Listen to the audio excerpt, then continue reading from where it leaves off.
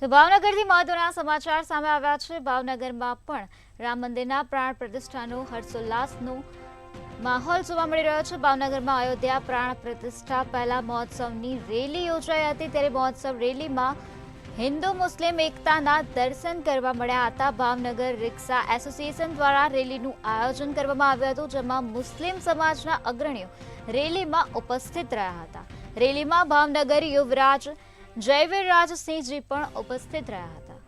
તો ભાવનગરમાં અયોધ્યા પ્રાણ પ્રતિષ્ઠા મહોત્સવ રેલીનું આયોજન કરવામાં આવ્યું હતું, જેમાં આ રેલીમાં હિન્દુ મુસ્લિમ એકતાના દર્શન જોવા મળ્યા હતા।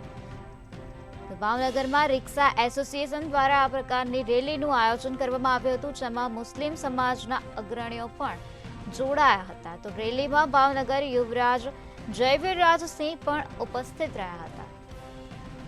તો આવતીકાલે અયોધ્યામાં રામ મંદિર પ્રાણ પ્રતિષ્ઠા મહોત્સવ છે, જેને લઈને ભાવનગરમાં પણ હર્ષોલ્લાસનો માહોલ જોવા મળ્યો છે। ભાવનગરમાં અયોધ્યા પ્રાણ પ્રતિષ્ઠા મહોત્સવ રેલી યોજવામાં આવી હતી। આ મહોત્સવ રેલીમાં હિન્દુ મુસ્લિમ એકતાના દર્શન જોવા મળ્યા હતા। તો ભાવનગર રિક્ષા એસોસિએશન દ્વારા આ રેલીનું આયોજન કરવામાં આવ્યું હતું। મુસ્લિમ સમાજના અગ્રણીઓ પણ આ રેલીમાં ઉપસ્થિત રહ્યા હતા અને આ રેલીમાં ભાવનગરના યુવરાજ જયવીરરાજસિંહજી પણ ઉપસ્થિત રહ્યા હતા।